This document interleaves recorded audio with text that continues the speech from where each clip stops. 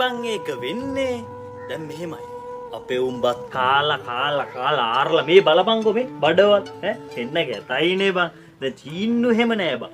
චීන්නු මචං ගාන්ට පෝෂදායී ආහාර කාලා උඹලා ස්ලිම් එකේ ඉන්නවනේ බං. මේ චීන්නු මොනවද කන්නේ? දැන් චීන්නු කන්නේ බං පත්තෑය, ගෝනුස්ස, ගොළු බෙල්ල, ගැරන්ඩියා අන්න ආහාරනේ.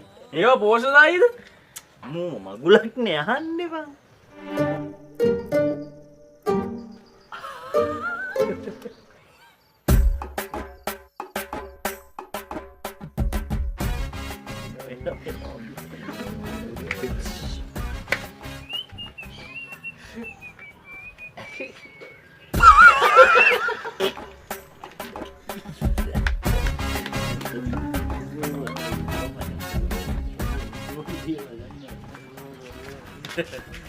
උඹලා මොනවද මේ කතාවේ? නෑ මේ අපි කතා වුණේ අයියේ මෙන්න මේ ඉස්සරහා මගේ අයිඩියා එකක් තියෙනවා තට්ටු 3ක් ගාලා කෙලින්ම තට්ටු 3 කෑම කඩයක් දානවා කෙලින්ම චීන පිවිතුරු චීනනේ පෝෂදායි චීන කෑම තමයි දෙන්නේ අයියේ. ඉතින් දන්නවනේ ජනක දෙයක් කිව්වොත් කෙලින්ම සුපිරි පරිදිරෙන්න දෙනවා. ඉතින් අයියලා මොකද මේ දවස්වල කරන්නේ?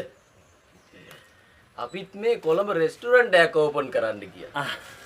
හෙට යන්න නේද?